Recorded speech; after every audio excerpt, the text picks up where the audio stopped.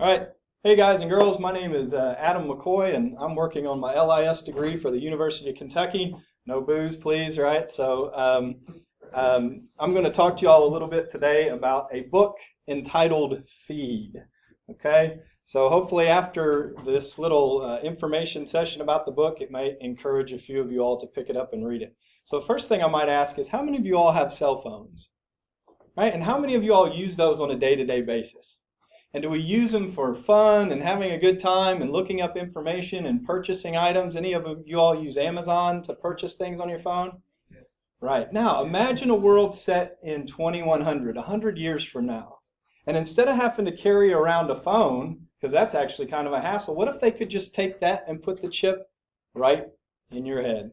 So anytime you need the internet, it's in your head. Anytime you need an answer to a test, it's in your head. Anytime you want to buy something, it's right there in your head. You can buy anything that you want to. You can look up any information that you want to. What would be the only downside? Well, that also means they're in your head all the time. All of the advertising is there. You bought a pair of pants last week at the mall. Well, now you're at the mall again, and guess what? You're getting advertised constantly. Do you want a new pair of pants? Do you want a shirt that goes along with that? What about a pair of shoes? So the good side is you get all the information. The downside is you get all of the advertising. So the book Feed tells the story of several teenagers. And like anything in 2100, they don't just go hang out at the mall. They go hang out at the moon. Because why not? Because you can, right? So let me read a short passage to you from the book. We went to the moon to have fun, but the moon turned out to totally suck. We went on a Friday because there was nothing to do at home. It was the beginning of spring break. Everything at home was boring. Like Arkwater was like, I'm so null. And Marty was all, I'm null too, unit. But I mean, we were all pretty null because for the last hour, we've been playing with 3 uninsulated wires that were coming out of the wall. We were trying to ride shocks off of them. So Marty told us that there was this fun place for low grav on the moon. Low grav can be kind of stupid, but this was supposed to be good. It was called the Ricochet Lounge. We thought we'd go for a few days with some of the girls and stay at a hotel there and go dancing. We flew up and our feeds were burbling all sorts of things about where to stay and what to eat. It sounded pretty fun. And at first there were lots of pictures and dancing and people with romper gills and metal wings, and I was like, this will be big, really big. But then I guess I wasn't so skipped when we were flying over the surface of the moon itself, because the moon was just like it always is.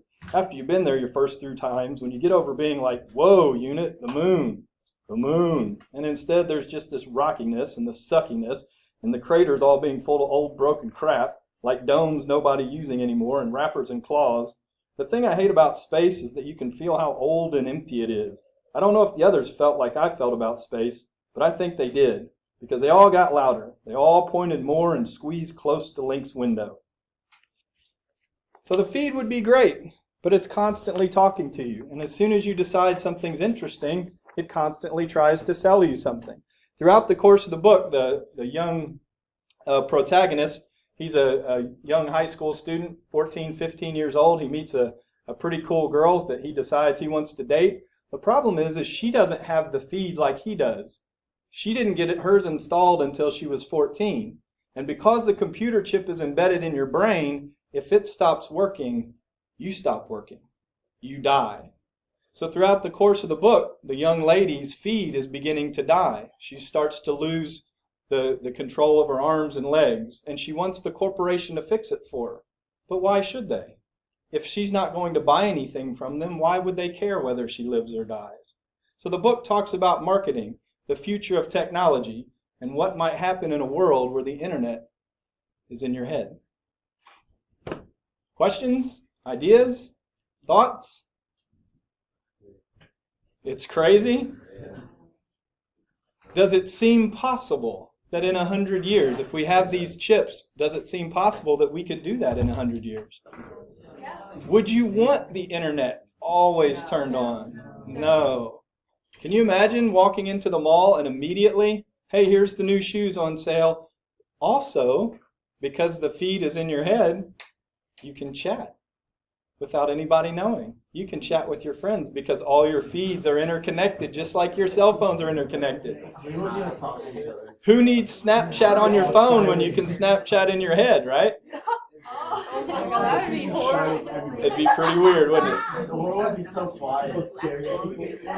Right, right. All right, quick question, guys and girls in the back for me, please. What if you're like thinking something and then it sends it to somebody? Well, I think that's sort of part of the process too, is if you have to have some sort of ability to send or not send it, right? So there is some sort of control you have as an individual, but there is that, and they're tracking what you do, which they do with your phone now, right? Walmart and Kroger and all these places, they know what you buy, and they send you advertisements based on that. So do they put it in you like when you're born?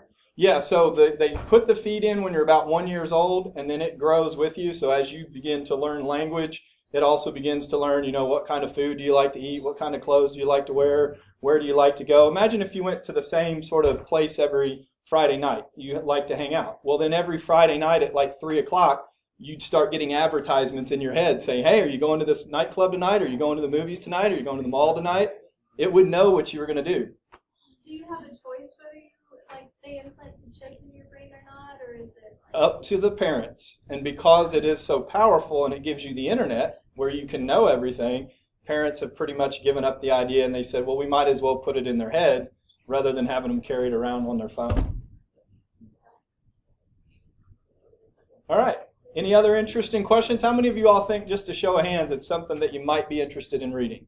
I'm not going to hold you to it, but okay, about half of y'all. Cool, very good. You can pick it up at Amazon. It was written in 2012, so it's pretty applicable to today as far as technology goes, but you can get it on Amazon, Barnes & Noble, anything like that. So thanks. I appreciate your all's time this afternoon.